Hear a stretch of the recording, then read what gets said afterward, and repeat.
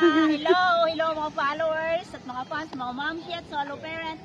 Nandito po tayo ngayon sa Station 1. Nandito po yung famous na grotto. Kapag nandito kayo sa Boracay, huwag ninyong i-miss ito kasi ito yung palatandaan na nandito kayo ngayon.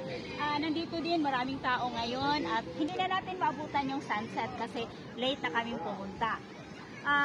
By the way pala, meron din famous dito na kapag nandito kayo sa Boracay, makikita ninyo ang Sand Castle. Nandito kayo, nakikita niyo na ang Sand Castle.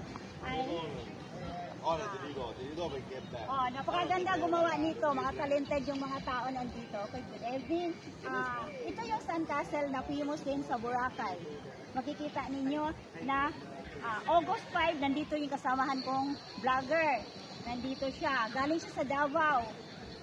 This time, nandito siya para mag-enjoy lang. Okay? Thank you for watching and God bless everybody. Shout out sa mga vlogger na nandito ngayon lahat sa Boracay.